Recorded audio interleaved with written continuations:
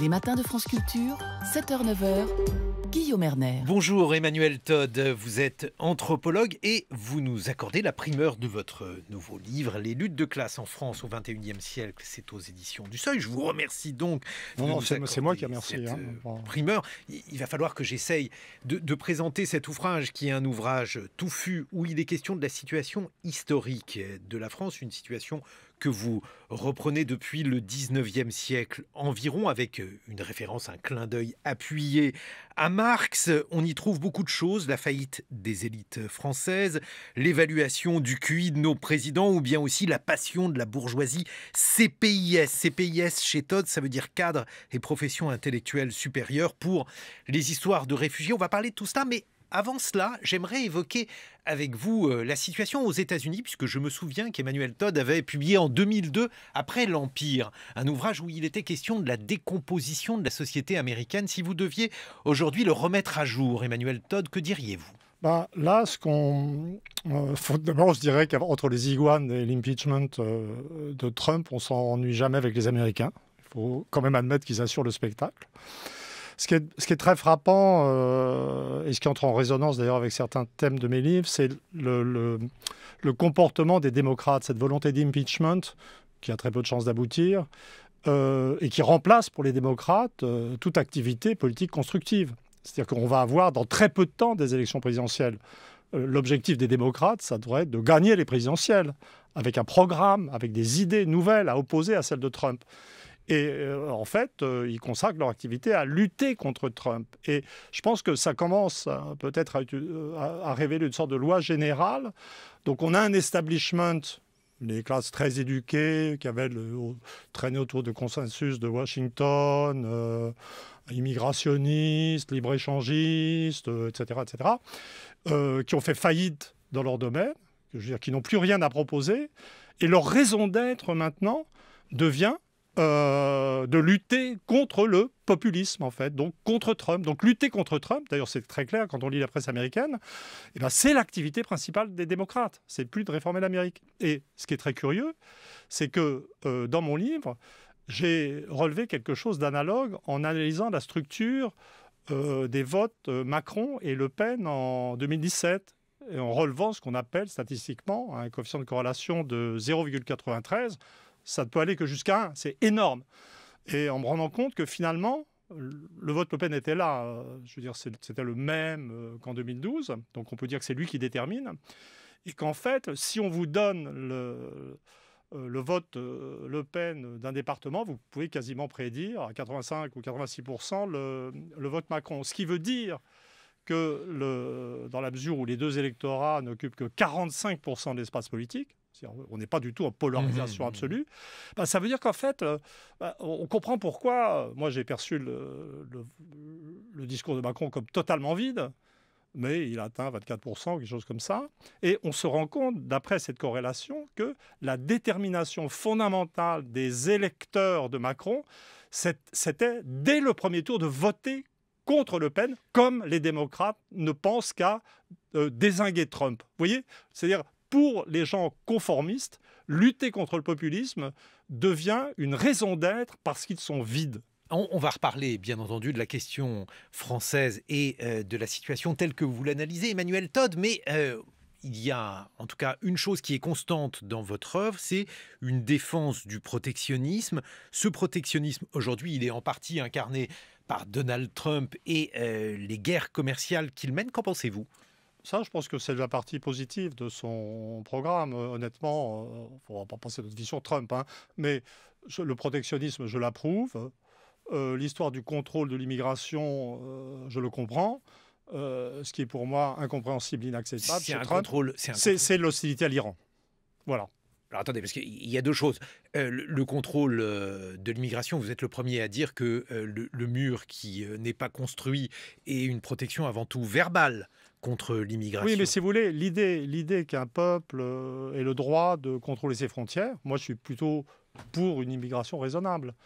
Mais l'idée qu'un peuple puisse contrôler à peu près ses frontières me paraît, je dirais, consubstantielle à l'idée de démocratie. Et je pense que les immigrationnistes, je veux dire, excités, et qui sont sincères, et qui ont des vrais beaux sentiments, j'en parle aussi dans mon livre, ne se rendent pas compte qu'ils sont aussi des antidémocrates radicaux. Parce que démocratie, c'est un peuple sur un territoire. Donc voilà. On vous a souvent classé parmi les immigrationnistes parce que vous avez écrit plusieurs ouvrages, Emmanuel Todd, pour dire justement qu'il n'y avait pas de problème migratoire en France. J'ai jamais dit qu'il n'y avait pas de problème. J'ai souligné des différences de structure familiale entre population d'origine maghrébine et population française d'accueil. Mais j'ai toujours été... Je pense qu'un peu ou moyennement d'immigration dans un pays est un signe de dynamisme, en fait. Et ce qui bloque la situation en France et ce qui crée des problèmes, c'est le blocage de toute mobilité économique et sociale. C'est-à-dire que pour assimiler des immigrés avec efficacité, il faut avoir une société qui présente un minimum de dynamisme et encastrée dans la zone euro et dans les règles commerciales de l'Union européenne. La France, en fait, la société française est totalement figée. Elle a d'autres caractéristiques dont j'aimerais qu'on parle. Alors, on va en parler, mais je vais quand même vous embêter à nouveau sur cette question de l'immigrationnisme, parce que donc, il faut rappeler aux plus jeunes qui nous écoutent que vous êtes anthropologue et que vous avez beaucoup étudié les modèles familiaux. Et oui, dans un ouvrage que vous aviez co-signé avec Youssef Kourbache, vous expliquiez que le modèle familial, c'est-à-dire la forme que prend la famille, la manière dont on considère, par exemple, que l'aîné est supérieur ou non avec les autres enfants de la fratrie, le cadet, le puîné, bref, c'est ça en fait qu'on appelle un modèle familial, et c'est cela particulièrement que vous avez étudié, Emmanuel Todd, et bien que le modèle familial des immigrés se rapprochait de celui des Français. Je vous ai bien lu?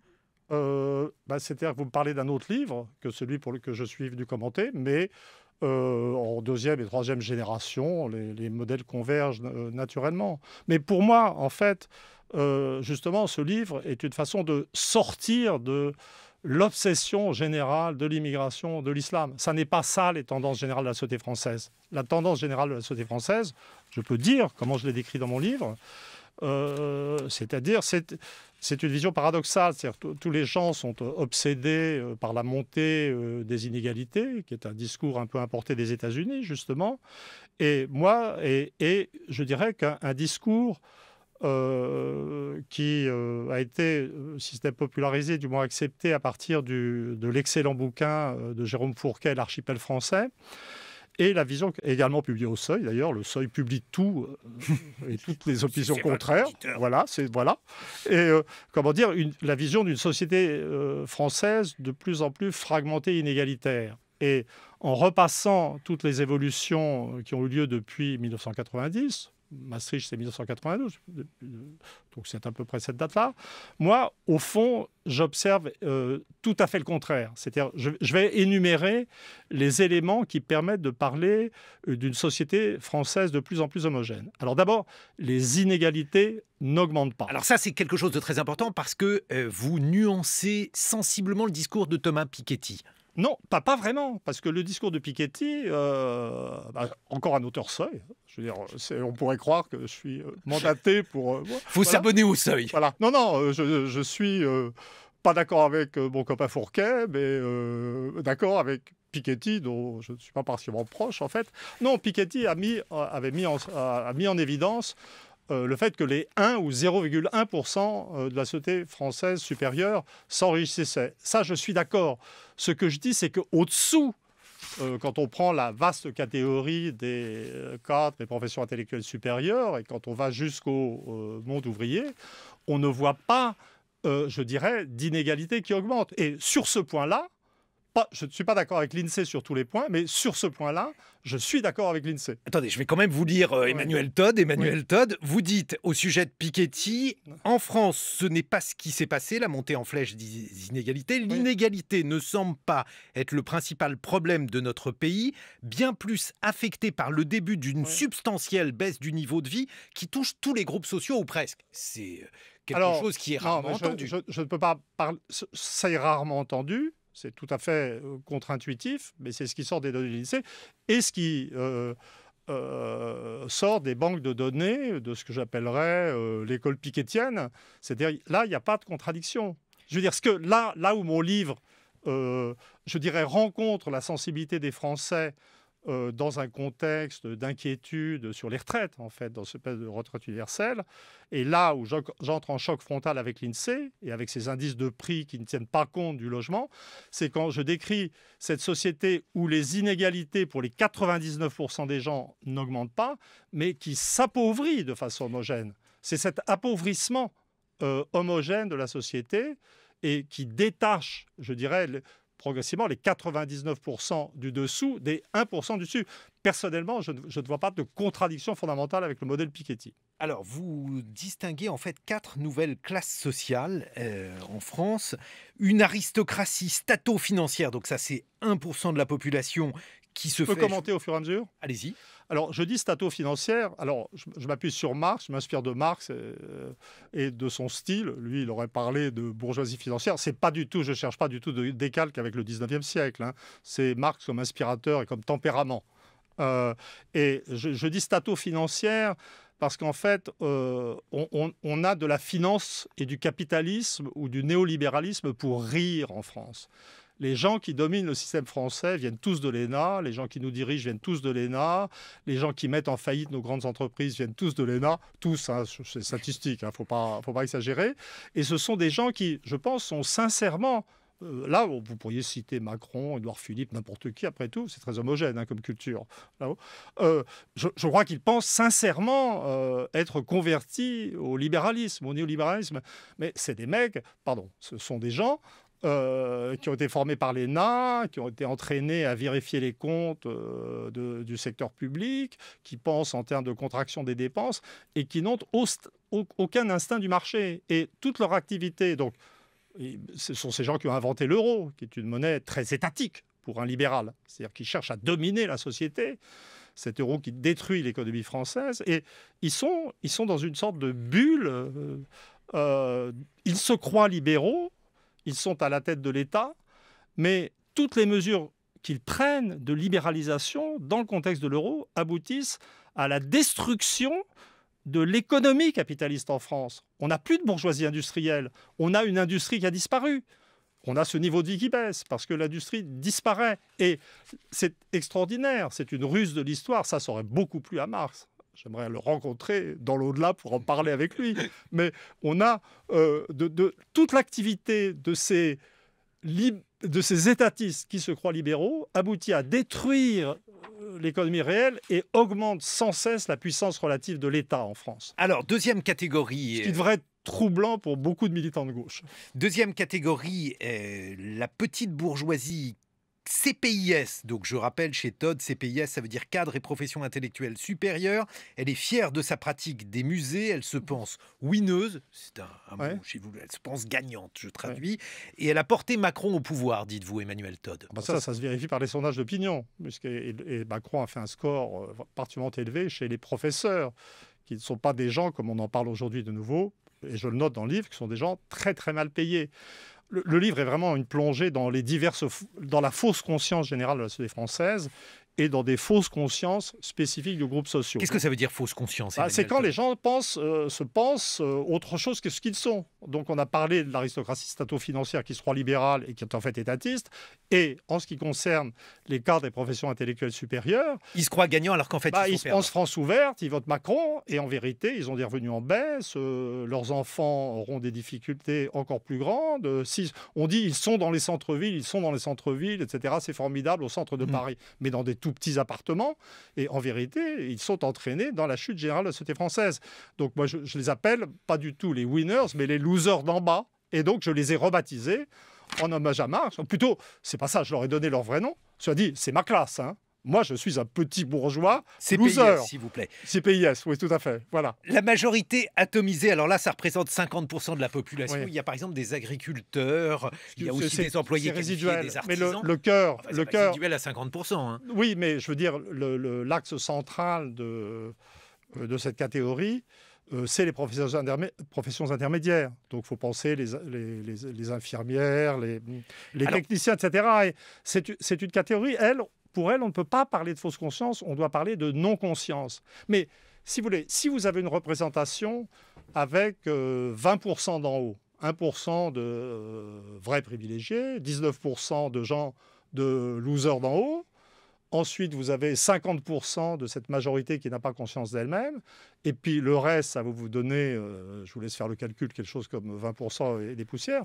Vous avez une description de la structure sociale qui va correspondre en fait à la structure électorale. Puisque la réalité de la soi-disant polarisation française, c'est qu'ensemble, Macron et Le Pen n'atteignent que 45%.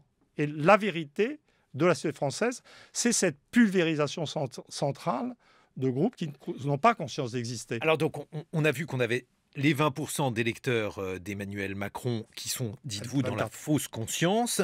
Votre majorité atomisée, elle vote pour qui? Eh bien, j'ai des graphiques de trajectoire pour la petite bourgeoisie CPIS, pour les professions intermédiaires, qui sont le cœur de cette agence centrale, et pour le monde ouvrier. Et donc, il y a une cohérence pour ceux d'en haut et ceux d'en bas, mais ce qu'on voit pour cette majorité atomisée, c'est un phénomène de zigzag et d'hésitation permanente. Et puis enfin, il y a le prolétariat quand même, puisque vous rendez hommage à Marx. Oui, enfin, puisque votre livre... Mais le prolétariat, il apparaît, je dirais, je ne pense pas en termes de communion avec le prolétariat, mais il apparaît sous deux espèces, c'est-à-dire il y a le bon et le mauvais prolétariat. Il y a le prolétariat qui, j'espère, sera le prolétariat du passé et le prolétariat du futur. Le prolétariat du passé, c'est celui qui vote Le Pen, à 40-50%, qui est enfermé. Ce n'est pas de la fausse conscience, j'appelle ça conscience suicidaire, c'est-à-dire dans un mélange de perception correcte du mal qu'on lui fait d'en haut, l'aristocratie staturo-financière, mais qui se passe un peu les nerfs sur des immigrés, je dirais, un peu fantasmés. C'est le prolétariat qu'on n'aime pas. Et puis il y a le nouveau prolétariat, il y a les gilets jaunes, qui en fait se recrutaient. J'ai un chapitre complet, une analyse assez compliquée à faire sur... Il n'a pas le droit de voter la sociologie Le Pen, des... on nous a fait une campagne d'intox sur le fait que les gilets jaunes étaient une ressucée de l'eupénisme, mais bon, en termes de revenus, c'est sur les ronds-points 1 000 € par mois. Dans les manifestations du samedi, c'est des gens qui travaillent, 1 400 € par mois. Donc bien entendu, on tombe au-dessous des professions intermédiaires, mais il y a une grosse différence. C'est des gens qui étaient totalement dirigés contre les classes dirigeantes, qui étaient dans un phénomène de lutte des classes de type nouveau. Et puis la grande différence, c'est que le Front National, qui essaye de s'appeler Rassemblement National, arrive toujours à ramasser contre lui au deuxième tour les 2 tiers des Français. Il est haï en fait par la majorité des Français. Les Gilets jaunes ont eu 70% d'opinions favorables et qui ont duré jusque très tard dans les violences de la rue. Donc c'est le contraire. Peut-être c'est la classe ouvrière d'après, les Gilets jaunes. Emmanuel Todd, on se retrouve dans quelques instants pour continuer d'évoquer les luttes de classe en France au XXIe siècle. Votre dernier ouvrage qui est publié, je crois, c'est aux éditions du Seuil. Vous avez beaucoup cité votre éditeur, quand même, Emmanuel Todd. Non, mais vous m'y avez contraint parce que j'étais confronté à un système pluraliste. Ah voilà, vous êtes dans la fausse conscience par rapport à votre éditeur. Il est 8 heures. Moi, je suis dans la névrose, c'est beaucoup plus fort. Le biais politique, Frédéric Seyss, existe-t-il un populisme vert? Oui, la notion de populisme tout court fut beaucoup utilisée ces dernières années, de manière parfois un peu fourre-tout, tant pour désigner Donald Trump que Jean-Luc Mélenchon, tant pour qualifier les Gilets jaunes que Boris Johnson. Et notre invité Emmanuel Todd a lui-même subi ce saut infamant à plusieurs reprises. Mais jusqu'à présent... Pour être né dans l'establishment, c'est un peu dur pour moi.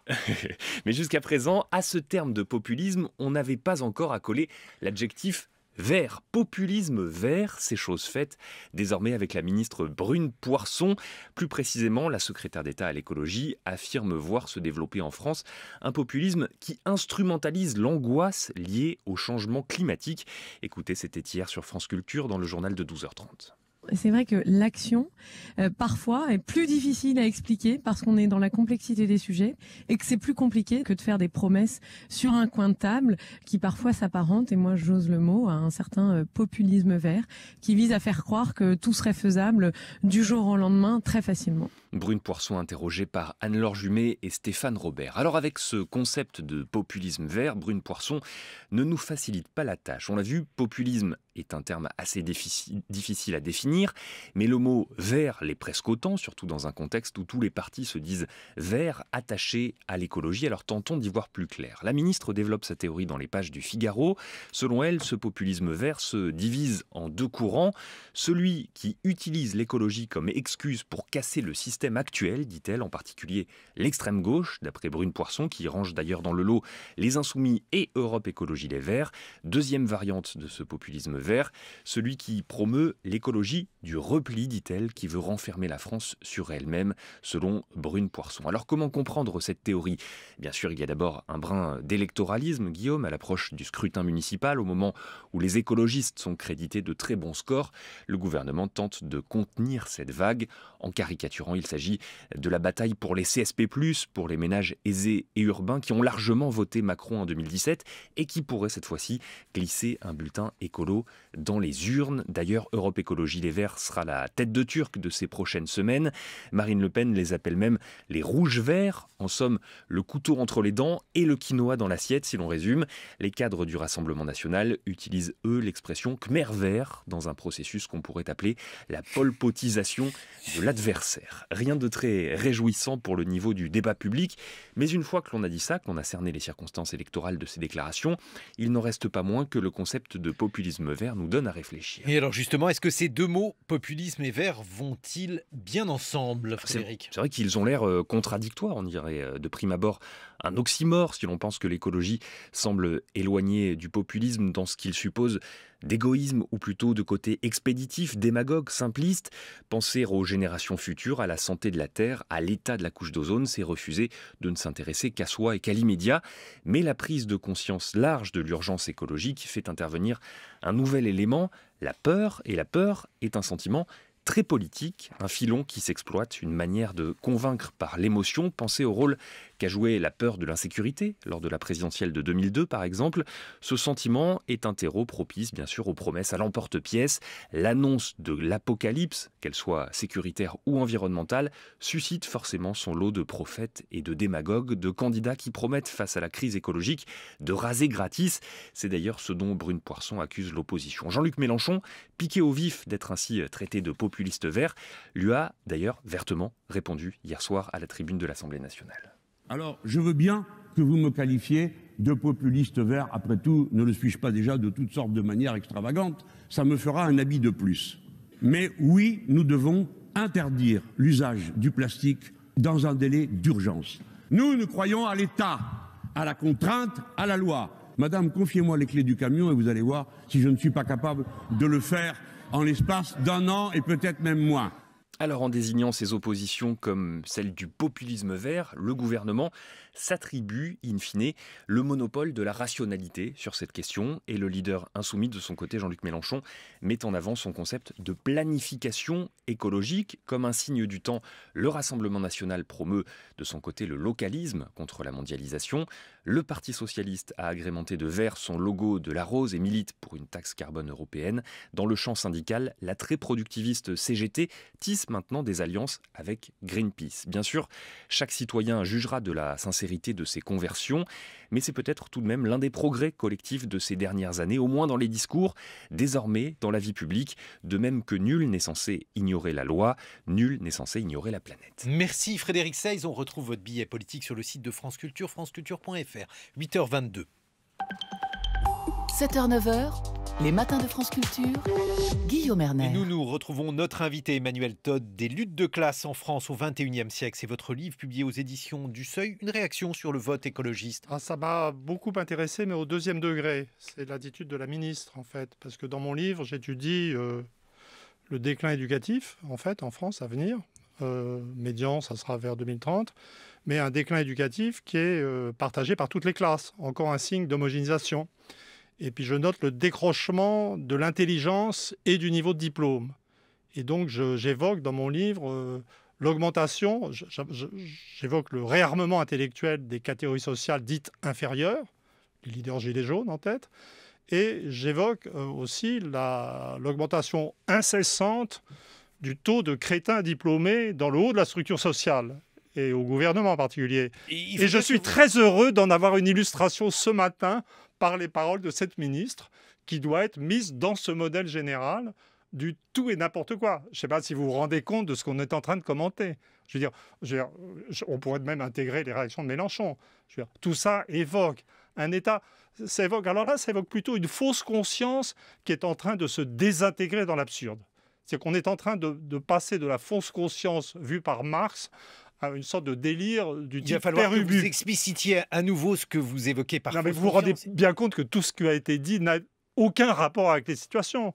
La situation, c'est la baisse du niveau de vie, c'est le problème de la retraite qu'on dit universelle, mais qu'on pourrait appeler aussi bien, je dirais, le minimum vieillesse pour tous. On n'a pas le droit de parler d'écologie ? Comment ? Mais j'admets ne pas avoir une très forte conscience écologique, mais mêler l'écologie à ce débat, placer ensemble, le mot oxymore a été employé, tout mélanger, je veux dire, c'est le signe. Mais si vous voulez, le système politique français, c'est ce que j'explique dans mon livre, on a des gens qui se présentent comme anti-le-pénistes pour protéger la démocratie et qui font comme si la démocratie représentative existait toujours. Mais depuis l'entrée dans l'euro, et avec les règles commerciales de l'Union, il n'y a plus de démocratie représentative. Pourquoi ? En France, parce que le président, le gouvernement, l'exécutif et les députés n'ont plus le pouvoir de changer la gestion économique. Donc, en un certain sens, les gens se trompent. Ils pensent que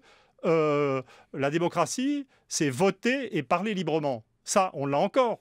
Vous m'avez invité. Donc, je peux dire ce que je veux, me semble-t-il. Mais la démocratie, c'est quand on peut agir. Et donc, toute la vie politique, depuis Sarkozy, n'est plus qu'une vaste comédie. Mais pourquoi donc, c'est une comédie, par exemple, la réforme des retraites ? Non, alors là... Emmanuel Todd, c'est pas une décision du gouvernement ? C'est une décision, mais voilà. Alors, le gouvernement, dans ce contexte, ne peut faire que deux choses, puisqu'il ne peut pas vraiment agir positivement en économie. Il peut nous parler de l'islam, c'est-à-dire nous parler de problèmes religieux qu'il exagère énormément. Macron a innové en mettant les juifs au cœur du débat, en accusant les gilets jaunes d'être antisémites. C'est ce que j'appelle l'antisémitisme 2.0. Dans mon livre, il y a une dénonciation du nouvel antisémitisme. Vous considérez que les gilets jaunes ont été accusés à tort d'antisémitisme, mais je n'ai pas entendu Emmanuel Macron le faire. Mais continuez. Non, défendre les juifs dont personne ne parle, c'est mettre la question juive au centre du débat. Il y a quand même eu une augmentation. Non, j'ai la courbe dans le bouquin. Mais moi, j'ai pas d'augmentation. Attendez, Emmanuel Todd, elle est dans le bouquin. Il faut que je réussisse quand même à vous poser je voudrais terminer de temps en temps des questions sur la possibilité de l'action du gouvernement. Donc nous sortons de l'illusion identitaire et qu'est-ce que le gouvernement peut faire économiquement ? Le gouvernement peut gérer la baisse du niveau de vie. Et gérer la baisse du niveau de vie, alors il peut continuer d'appliquer les recettes néolibérales, flexibiliser le marché du travail, etc. Il peut organiser la baisse du niveau de vie. Et l'une des hypothèses que j'ai dans mon livre, c'est ce que j'appelle le modèle aztèque, c'est que la classe dirigeante française, elle est dominante en France, mais elle est impuissante économiquement, elle est ridicule à l'échelle internationale. J'ai un petit graphique sur le nombre de milliardaires par pays. On est très bas, on en a quelques-uns, mais on est très bas. Et je soupçonne notre classe dirigeante, surtout depuis l'histoire des Gilets jaunes, d'être dans un grand état de désarroi spirituel, d'être malheureuse, impuissante, et sa seule possibilité, en fait, c'est se venger sur le peuple français. Donc je pense qu'il y a dans les politiques sociales qui sont menées, et même dans l'histoire de la retraite universelle, un élément de sadisme politique. Alors quoi, c'est du ressentiment de mon bouquin. C'est du ressentiment qui guiderait cette réforme des retraites et c'est tout. Mais évidemment, puisque dans un contexte, je veux dire, tout le monde le sent bien, tout le monde le sent bien. Aujourd'hui, on est en train de...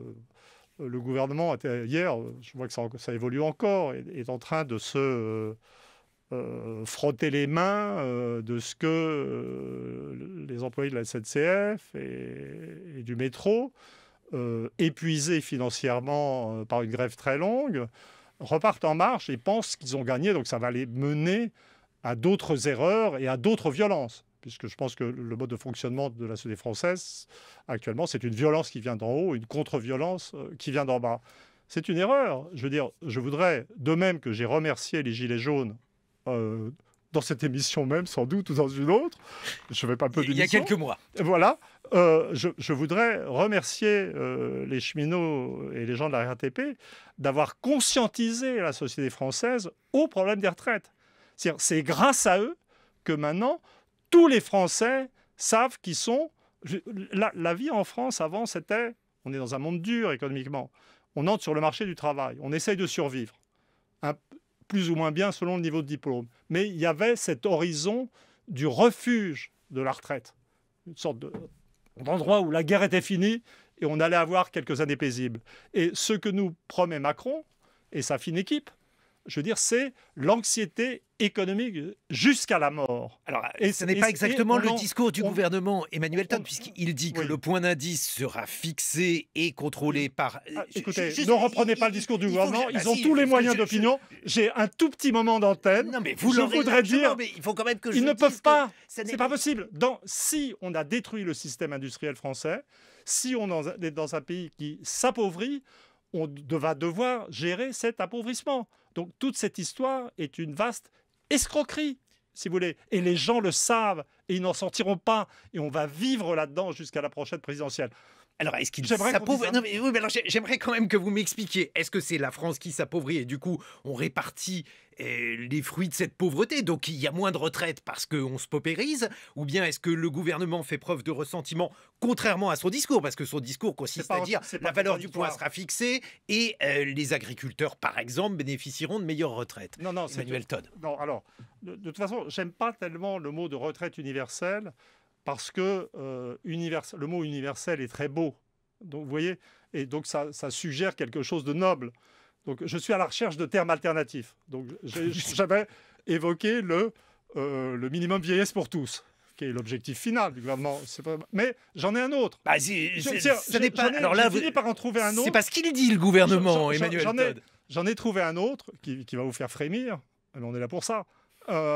Allez-y, qui n'est pas dans mon livre. Mais si vous voulez, le modèle du livre, c'est l'idée d'une société paralysée, atomisée, de partis politiques qui ont disparu et d'un État devenu un peu fou et plein de ressentiments, d'une haute bureaucratie qui agit sans contrôle et qui veut mettre au pas la société.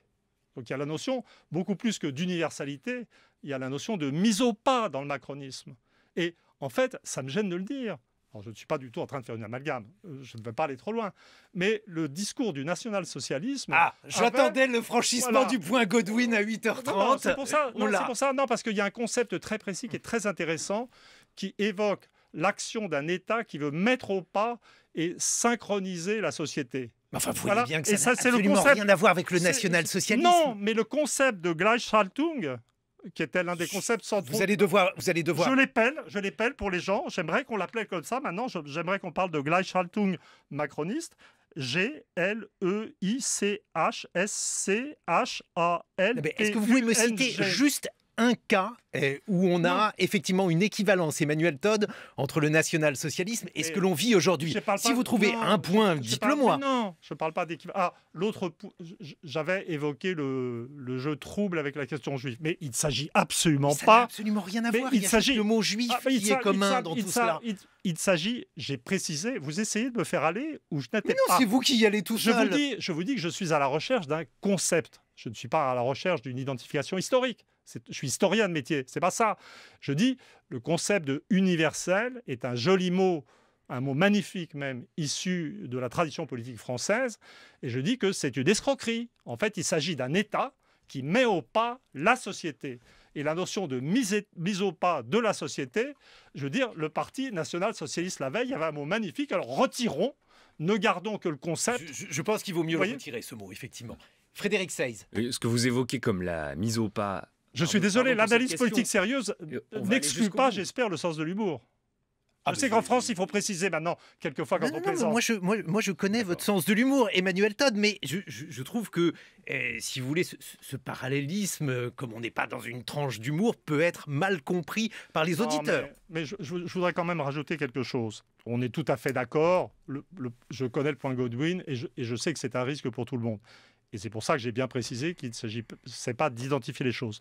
Mais je pense que les gens sous-estime dramatiquement le sérieux de la situation de la France. Vous me laissez terminer? C'est-à-dire que dans une société qui s'appauvrit, où le système des partis a explosé, je veux dire, où on a une haute bureaucratie qui est aux commandes et qui ne comprend pas ce qui se passe, dans un monde qui est de plus en plus violent, où on a une police, je veux dire, qui mutile la population, qui vote Front National en même temps qu'elle cogne pour Macron. Comment le savez-vous? Mais il y a des études de l'IFOP, toujours faites par mon copain Fourquet, les forces de l'ordre votent Front National à 50%. Et vous voyez, en fait, il y a une sorte de lien organique. Et moi, j'ai écrit ce livre, pas du tout... le livre est, je reconnais, assez tonique dans l'expression. Mais c'est un livre de dévoilement, et c'est un livre que j'ai écrit pour avertir des périls qui nous guettent. C'est un livre profondément pacifiste, mais qui montre, qui va jusqu'au bout des hypothèses, avec une sorte de cruauté didactique, pour montrer... Le problème de l'histoire, c'est de prévoir ce qui n'a jamais été. On va laisser Frédéric Seyss poser une question. Je termine, ensuite j'aurai délivré mon message et j'arrêterai de me battre contre vous. On dialogue. Enfin, moi, j'essaye d'en placer une. L'une des hypothèses de mon livre, donc les gens sont dans un modèle d'opposition du macronisme, du lupénisme. Et moi, ce que je dis, c'est que c'est pas ça, compte tenu de la structure sociale, compte tenu de l'autonomisation de l'État, compte tenu du fait que tout ce que fait l'État maintenant, c'est de la répression violente, et que cette répression violente, je dirais, est faite par des gens qui votent pour le Front National. Je spécule sur une collaboration future. Il y a des violences policières. Je spécule. Au contraire du modèle qui oppose le lepénisme et le macronisme, moi, je spécule sur quelque chose qu'on pourrait peut-être appeler dans le futur le macro-lepénisme, c'est-à-dire une collaboration du macronisme et du lepénisme dans les violences faites à la société. Aujourd'hui, c'est de la politique fiction, et en tout cas, dans le cas des violences policières, même si elles existent, on en traite. C'est tout concevoir pour que ça n'arrive pas. Bon, Frédéric Seyss, une question. 2 questions même. Deux. Comme mon temps de parole va être limité, je le sens, je ne sais pas pourquoi. Je vais les grouper. Dans votre hypothèse que vous venez d'évoquer, Emmanuel Todd, vous parlez de macrono-lepénisme. Bon, voilà, effectivement, un peu de politique fiction. Le livre ne contient que le macro-bénalisme. Dans ce cas-là, qui serait l'opposition?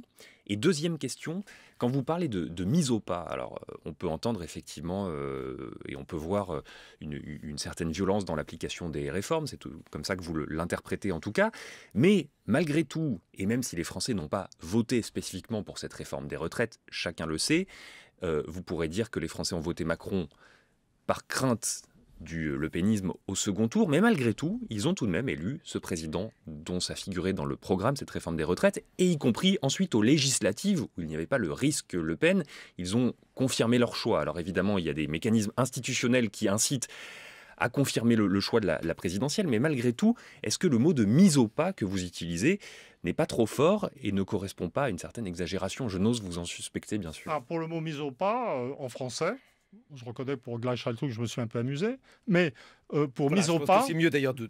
Pour mise au pas... Terme. Non, mais c'était drôle de le dire quand même. Bon, les comparaisons avec le nazisme ne font pas forcément en rigoler tout le monde. Non, mais les concepts sont importants. Bon, je voudrais quand même répondre à la question. Je crois que la notion de « les gens votent », vous êtes dans cette illusion du « les gens votent, le candidat est élu démocratiquement ». Mais en fait, on vote dans un système où le gouvernement ne peut pas agir.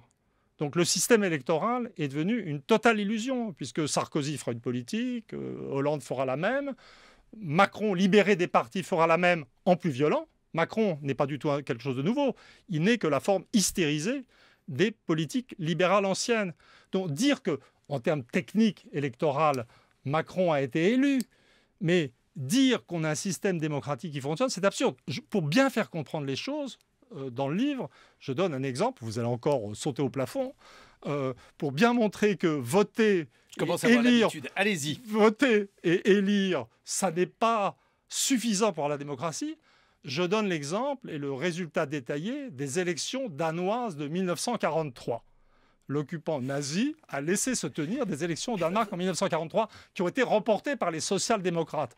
Les gens ont pu voter librement. Ça n'est pas la démocratie. Et le problème c'est que les gens en France ne voient pas, mais ça s'applique à tout le monde, ça s'applique aux gilets jaunes, ça s'applique aux grévistes, ça s'applique peut-être que les gens d'en haut comprennent qu'ils ont fait une grosse bêtise avec l'euro et qui n'existe plus à cause de l'euro. Mais les gens ne voient pas qu'ils sont dans une sorte de bocal qui interdit de ce que, la démocratie de ce que votre livre dit. n'existe plus. Emmanuel Todd, vous dites exactement le contraire de ce que votre livre dit. Vous dites « La France s'homogénéise ». Il y a finalement un problème de paupérisation dans notre pays et finalement, il y a de moins en moins de distance entre le haut et le bas. Je vous ai bien lu. Ensuite, vous greffez là-dessus un inconscient sociétal collectif et un certain nombre de références au nazisme que j'avoue ne pas du tout comprendre. En fait, si on reprend de manière calme votre livre, ce que vous expliquez, c'est que nous avons, en acceptant l'euro, eu tort. Et vous jugez vous-même par rapport à cela que aujourd'hui Emmanuel Todd parle un peu dans le désert puisque un peu plus d'1,8% des Français aux dernières élections ont désavoué l'euro. J'ai une analyse détaillée. Le livre et toute l'idée du livre de départ, qui est un livre d'historien. Je me laisse aller à dire ce que je pense, mais fondamentalement c'est un livre d'historien. Je me définis au début comme un vaincu de l'histoire, donc je ne vis pas dans l'illusion. Et je dis que... Vaincu de l'histoire parce que vous êtes contre l'euro et que vous voyez... J'ai dit que ça allait nous mener à l'appauvrissement. On y est, j'ai eu raison, mais je suis un vaincu de l'histoire parce qu'avoir raison tout seul, c'est avoir tort en histoire, hein, si je peux me permettre de le dire. Et tout le livre est construit sur cette admission d'un paradoxe. C'est-à-dire que l'euro est passé à de justesse. Il a été mis en place. Il a eu des effets économiques désastreux dont les gens ne parlent plus en France, mais qu'à l'extérieur, moi je vis dans une littérature plutôt anglophone intellectuellement. Je vis à l'extérieur de France intellectuellement. Je ne vis pas en France intellectuellement. Je lis des économistes américains, suédois, des trucs des patrons allemands. Donc, échec économique de l'euro absolu qui nous mène à l'appauvrissement, qui nous mène à ces conflits de gilets jaunes, de retraite, qui sont des problèmes d'appauvrissement. Mais dans cette période, et c'est le thème central du livre, l'opposition à l'euro n'a cessé de faiblir. Et je mesure l'affaiblissement de l'opposition à l'euro. Et je cherche à l'expliquer en analysant la structure de classe. J'ai un chapitre complet sur l'évolution des mentalités dans lequel j'utilise à la fois la sociologie de Durkheim et la sociologie plus récente d'Alain Ehrenberg, avec des concepts d'homme que je finis, moi, pour lui, l'homme est fatigué, pour moi, il est carrément diminué. Mais voyez, donc, ne m'accusez pas de fausse conscience. C'est un livre d'analyse de mon propre échec, en termes objectifs, et dans lequel je ne m'interdis pas quelques plaisanteries. Emmanuel Todd. En évitant de faire un numéro de vieux qui dit... Oh là là, je l'avais bien dit, vous voyez. Emmanuel Todd, il y a un pays qui représente une sorte d'idéal aujourd'hui pour vous, c'est tout simplement le Royaume-Uni, puisque le Brexit, c'est en quelque sorte la concrétisation de ce que vous appelez sortie de l'Europe, pas d'euro, mais ça c'était le cas auparavant, une défense contre l'immigration. Bref, est-ce que finalement, ça n'est pas votre programme qui est aujourd'hui mis en œuvre ? Non, je donne quelques éléments programmatiques à la fin. Mais, si vous voulez, moi, je suis anthropologue de l'histoire. Et donc, dans mon livre, je vais dire, l'erreur pour les dirigeants français, c'est d'avoir pensé qu'on pouvait transformer les Français en Allemands, notre peuple. Mais parce que vous considérez qu'il y a des cultures nationales. Voilà, mais je ne devais pas faire l'erreur inverse et commencer à m'imaginer qu'on peut transformer les Français en Anglais. Vous voyez ? Donc, il s'agit de voir quelle est la trajectoire historique de la France.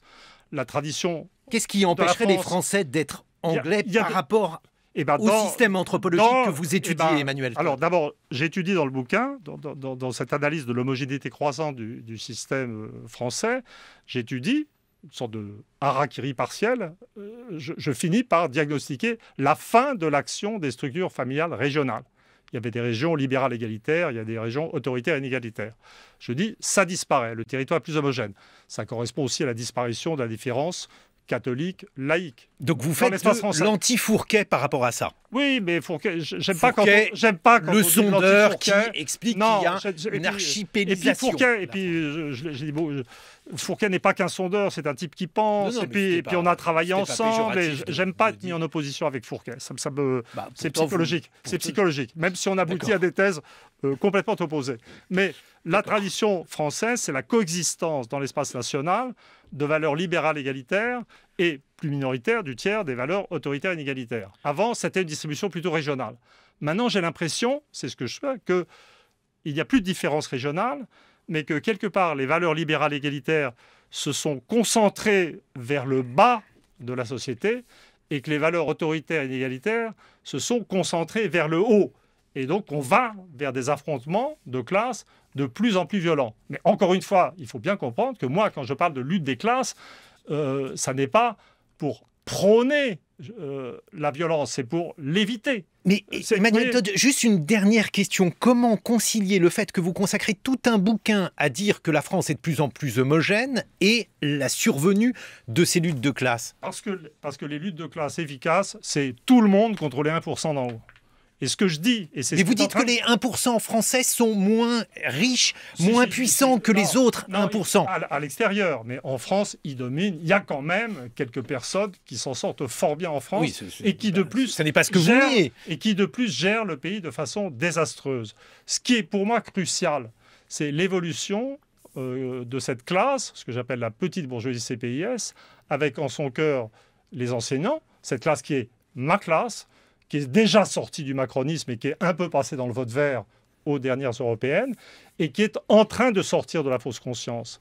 Et mon modèle historique général de lutte des classes, c'est que la lutte des classes, c'est bien entendu des classes inférieures au sens technique qui se mettent en mouvement. C'est une phase qu'on a déjà eue, les gilets jaunes, mais que ça ne devient dangereux que quand la petite bourgeoisie s'en mêle, et la prise de conscience des enseignants avec cette histoire de retraite, c'est le début d'une nouvelle phase.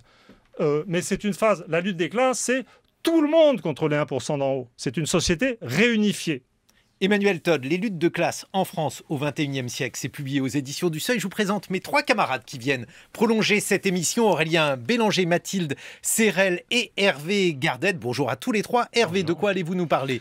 Harry, Meghan et moi, même combat. Mathilde Serrel. 1917 est-il inspiré de Call of Duty ? Et enfin, Aurélien Bélanger. Peut-on être lecteur de Todd et germanophile ? Dans quelques instants, il est 8h45 sur France Culture.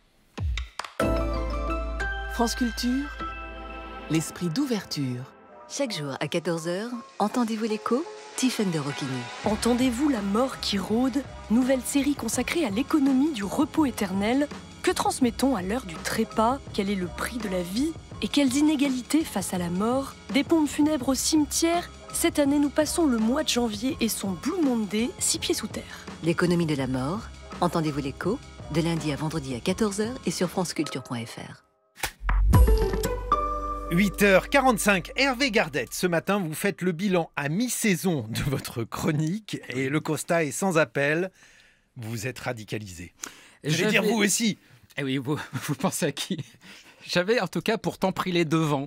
Dès ma deuxième chronique, j'exprimais quelques inquiétudes quant aux effets d'une trop grande proximité avec mon sujet. La transition écologique n'allait-elle pas devenir le tombeau de mes principes journalistiques ? Liberté éditoriale, égalité de traitement, neutralité politique. Pour avoir formulé ces doutes publiquement, je pensais être immunisé, cochon qui s'en dédie. Je ne deviendrai pas un journaliste militant. Mais voilà que samedi soir, au milieu d'un repas consacré à l'évocation pêle-mêle du conflit sur les retraites, des violences policières, du prix de l'immobilier, de comment vont les enfants et de la qualité du poisson qui nous était servi, la personne assise à ma gauche me fit cette remarque : « Tu ramènes tout à l'écologie ». Je ramène tout à l'écologie ? Ah ouais ? Et tu crois que c'est avec ce genre de remarques qu'on va sauver la planète ? Et bim. La discussion aurait pu dégénérer si la serveuse du restaurant n'était pas venue nous interrompre. Répondant enfin à ma question sur la provenance du filet de turbo, oui, il est bien issu de la pêche responsable, ainsi qu'à ma demande sur la température ambiante, non, nous ne pouvons pas baisser les radiateurs à 16 degrés. Alors, contrairement à ce qu'on prétend, la nuit ne porte pas conseil, ce sont les insomnies qui vous éclairent. La mienne fut courte, consacré à refaire le film de mon évolution personnelle depuis le mois de septembre. Alors soyons lucides, c'est ma voisine de gauche qui avait raison. je ramène tout à l'écologie. Réflexe envahissant. Je ne peux plus regarder s'envoler un avion sans mauvaise pensée, ni regarder une vidéo en ligne sans mauvaise conscience. Pour rester crédible et intègre, j'ai renoncé aux soldes d'hiver, au foie gras, aux taxis, aux enceintes connectées, au Thermomix, à la 5G. Par chance, il y a de moins en moins d'insectes en été, j'aurais trop de scrupules à les écraser. Faire les courses au supermarché est devenu un calvaire, un voyage au pays des infidèles. Comme aurait dit McMahon, que de plastique, que de plastique. Tout y est sous blister, même le papier d'emballage est emballé. La littérature n'est même plus un refuge. Pour peu qu'on y croise un petit coin de nature, le moindre roman devient visionnaire. Germinal n'est plus un livre sur la condition ouvrière, mais une prophétie sur la fin du charbon. J'ai expulsé le rouge et le noir de ma bibliothèque, ça manquait de verre. De la même manière que le chroniqueur de mode aura du mal à tenir une conversation sans déshabiller du regard son interlocuteur, le chroniqueur en transition ne se déplace plus sans son calculateur de bilan carbone. L'écolo converti est comme l'ancien fumeur, il ne supporte plus la fumée d'usine bien sûr. Il faut dire que les mêmes qui vous reprochent une conversion trop rapide sont ceux qui vous assignent à cette nouvelle identité. Ce n'est pas seulement votre regard qui change, mais celui des autres. Après le « Tiens, toi qui es une femme, tu penses quoi de Marlène Schiappa ?» Voici le « Tiens, toi qui es écolo, tu penses quoi de Nicolas Hulot ?» Je comprends mieux Harry et Meghan qui, pour échapper à cette assignation qu'est leur condition royale, ont fait le choix de devenir roturiers. Et j'envie, j'avoue, les éditorialistes politiques, eux qui savent si bien et en toutes circonstances garder leur distance avec leur objet. Le journalisme militant, quelle plaie. Merci Hervé Gardette. Une réaction, Emmanuel Todd. Non, mais je veux dire, quand il y a des questions d'écologie, je me tiens à carreau parce que... La famille royale britannique, vous êtes un peu anglais. Qu'est-ce que je vous dis sur la famille royale britannique? Pour moi, il y avait une... Écoutez, je pensais que votre métier d'origine, en tout cas, était celui de l'anthropologie familiale. Oui. Il y a des gens qui, semble-t-il, veulent être déclassés puisqu'ils refusent de continuer à être des altesses royales britanniques et ils préfèrent être roturiers. Je pensais que l'anthropologue qui a fait ses études avec Peter Laslett... Non, évidemment, j'admets que j'ai suivi, j'avais à peu près prévu ce qui allait se passer, mais ce n'est pas mon domaine de compétence. Ce qui m'intéresse, question britannique, c'est que ça y est, on approche du Brexit, ça va se faire et ça va ouvrir une nouvelle période de l'histoire européenne. La première idée qui me vient, c'est que on dit le Brexit, c'est un truc de populiste encore, etc. Bon, l'Angleterre, c'est le pays magique, effectivement, où une partie des classes dirigeantes a pris en charge la volonté du peuple. Donc l'Angleterre, à la différence de la France, est une vraie démocratie. Et qui plus est, cette démocratie a une famille royale qui est respectée par la population. Et donc, en Angleterre, on est confronté à une situation vraiment ingérable intellectuellement par les dénonciateurs du populisme, c'est-à-dire un pays où la classe dirigeante respecte le peuple et où le peuple respecte l'establishment et la monarchie. Et donc, c'est le pays où la notion de populisme se dissout dans l'absurde. Le Japon, elle n'a pas à se dissoudre, car au Japon, où tout ça serait vrai également, il n'y a juste pas de populisme. Mathilde Serrel, votre théorie culturelle, elle porte sur un nouveau phénomène immersif, le film 1917 de Sam Mendes. Si vous avez un projet à défendre, je vous conseille d'y adjoindre l'adjectif immersif. Exposition, pièces de théâtre, parcours pédagogique, l'expérience immersive à la cote, qu'il s'agisse de dispositifs gadgets ou de véritables révolutions formelles, peu importe, l'immersif est devenu une valeur en soi, bref, un argument massu. Le film de guerre 1917 de Sam Mendes, qui figure parmi les favoris aux Oscars et a réussi à détrôner le dernier Star Wars au box-office, incarne cette tendance immersive au cinéma. Ma théorie, c'est qu'il manifeste l'avènement d'une vidéo ludification des arts, et cela pose un certain nombre de questions, somme toute assez passionnantes. 1917 est un film immersif, certes, cela a été beaucoup dit, mais aussi un film foncièrement vidéoludique, au sens où il emprunte à l'univers des jeux vidéo. D'abord, dans son principe scénaristique, le film de Sam Mendes se définit avant tout par une mission à accomplir. 2 caporaux britanniques ont 24 heures pour traverser les lignes ennemies et délivrer un message à un bataillon qui s'apprête à donner l'assaut et faire tomber 1600 hommes dans le piège tendu par les Allemands. Vous avez un frère au 2e bataillon. Oui, mon général. Ils vont tomber dans un piège. Vous avez ordre de leur remettre un message annulant l'assaut de demain matin. Si vous échouez, ce sera un massacre. Bonne chance. Ça pourrait totalement être dans un jeu vidéo. Ce principe de mission, cette unité de temps et cette traversée des différentes étapes à l'intérieur d'un cadre conçu comme un long plan séquence donne la sensation de suivre les héros à travers les niveaux d'un jeu. La guerre, les tranchées, les corps morts et les villages en ruine deviennent les éléments de décor de ces niveaux dont la difficulté va en s'intensifiant quant aux rencontres avec les autres personnages. Elles sont autant de séquences du jeu. Sans divulgacher, on peut dire que les héros vont interagir avec des personnages qui entrent dans une typologie assez proche du jeu vidéo, car il y a les méchants à éliminer, pilotes allemands zombies qu'il n'aurait pas fallu sauver, ou soldats en embuscade derrière une porte. Et puis il y a les personnages sources d'indices, les personnages sources de moyens de transport, ou encore les personnages sources de force. Bref, les événements semblent faire évoluer en temps réel une sorte de jauge de points. Si les spectateurs ne participent pas au film, ce qui distingue fondamentalement l'expérience de celle d'un jeu vidéo, ces codes immersifs et narratifs consacrent, si l'on en doutait, l'idée que les jeux vidéo influencent bien plus le cinéma que l'inverse. Comme le soulignait d'ailleurs un éditorial du journal Le 1 dans un numéro spécialement dédié à ce véritable continent culturel, le jeu vidéo pénètre nos réflexes, nos imaginaires, nos rêves. Que le cinéma, comme d'autres arts, reflète l'importance de cette nouvelle culture populaire est tout à fait logique. Avec 1917, le principe immersif et les composantes structurelles du jeu font même évoluer l'histoire des films de guerre. Pour autant, il se dégage avant tout de 1917 une logique de technique et de spectacle. On peut dire que Sam Mendes n'a peut-être pas réalisé un grand film d'histoire, mais un film qui marque l'histoire du cinéma en tant que proposition vidéoludique. Reste à savoir ce que nous ferons de ces nouveaux modes de représentation.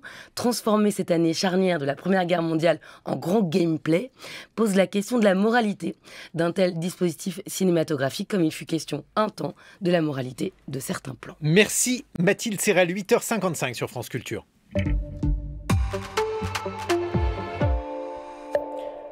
Aurélien Bélanger, votre conclusion, je vous prie. J'ai effectué un court voyage en Allemagne, devant la 100e maison à toit pentu, la 10e échoppe bien tenue, la 3e église en pierre sombre, devant les pierres tombales en grès rouge et à caractère arrondi du cimetière. J'ai eu une révélation très nette. L'Allemagne, ce n'est pas un pays, c'est un continent géographique, un continent historique, et ce continent, c'est le Moyen-Âge. Un Moyen-Âge à ce point idéalisé qu'il a fini par tenir lieu de constitution secrète à la nation rhénane. Le Moyen-Âge comme nation, l'idée que toutes les choses bien faites s'emboîtent gracieusement, le Moyen-Âge comme nation, un sentiment d'achèvement, des fenêtres bien peintes aux pelouses bien propres, un sentiment de grâce permanente, si la grâce était quelque chose de fade et de monotone, une sorte de régularité concédée à la vie bonne, de régularité comme récompense. Si vous tenez bien vos maisons, vous aurez à la fin de belles pierres tombales et des audits entre les deux. Le Moyen-Âge comme nation, l'idée d'un achèvement quelconque de l'Occident dans les rues du premier bourg venu, d'un paradis modeste pour urbanistes prudents. Non seulement tous les feux tricolores fonctionnaient à Sarrebruck, mais même leurs signaux sonores, système de redondance destiné aux aveugles, tintaient impeccablement dans la petite ville. Mais d'aveugles, je n'en ai pas vu un seul, comme si ces tintements étaient là seulement pour en éterniser le souvenir médiéval. Je n'ai pas vu d'enfants non plus d'ailleurs, et même pas un cri en passant devant un gymnasium, pas d'enfants, comme dans le conte médiéval du joueur de flûte de Hamelin. Et médiéval encore était l'énorme farce posée au milieu de la ville. La Sarre, longtemps occupée par les troupes françaises, devait finalement voter en 1935 son rattachement au Reich et se voir offrir, pour l'occasion, par le Führer, un très élégant théâtre néoclassique dessiné par Speer. Je pourrais longuement décrire ses aspects palladiens, mais je préfère faire court. Ce bâtiment a la forme d'un gigantesque oups. Un oups d'autant plus visible que la guerre en a nettoyé les abords, et comme partout en Allemagne, ces quartiers détruits et déblayés par les bombardements aériens et reconstruits après-guerre, malgré la modernité de leurs immeubles et la rationalité pleine de vide de leurs plans, ont gardé quelque chose des anciennes places médiévales. La foire annuelle qui s'y tenait a seulement été remplacée par des magasins d'électronique, des librairies géantes et des supermarchés bio. J'ai acheté un bretzel et je suis rentré dans un magasin Lego où m'attendait la maquette d'une pelleteuse pneumatique Liebherr, aussi grise que mon bretzel était salé. J'étais bien en Allemagne. J'associe d'ailleurs, depuis ma visite au musée de la Renaissance d'Écouen, l'Allemagne à ce genre de prouesse technologique miniature. On trouve là-bas la nef de Charles Quint, un galion mécanique d'une sophistication presque inimaginable, assemblé à la Renaissance par un horloger Swab. Mais plus impressionnant encore est là-bas le banc à tréfiler d'Auguste de Saxe. Il est vertigineux de se dire qu'une simple machine-outil ait pu un jour être aussi belle que celle-là. C'est la Joconde des machines. Je pense cependant qu'on se tromperait en parlant pour l'Allemagne de Renaissance. Même cette Allemagne-là, qui est aussi celle des gravures de Dürer, aucun monde nouveau n'est annoncé ici, mais seulement le perfectionnement infini et presque orientalisant du monde médiéval, l'acier damassé de cette machine, ces lointains de Dürer qui pourraient illustrer les contes des mille et une nuits, c'est la vision éternisée d'un Moyen-Âge qui serait si parfait qu'il aurait pu ne jamais finir. Goethe, lui-même, le génie parfait des Allemands, n'est pas un homme des Lumières, ou bien pas de celles que l'on croit. Ces Lumières sont celles de la Renaissance cistercienne, d'un fantasme retrouvé d'unité organique et charnelle de l'homme avec le monde. Je me disais tout ça dans la petite ville frontalière et un peu ingrate de Saarbrück. Quand j'ai regardé le nom de la rue, j'étais dans la Martin-Luther-Straße.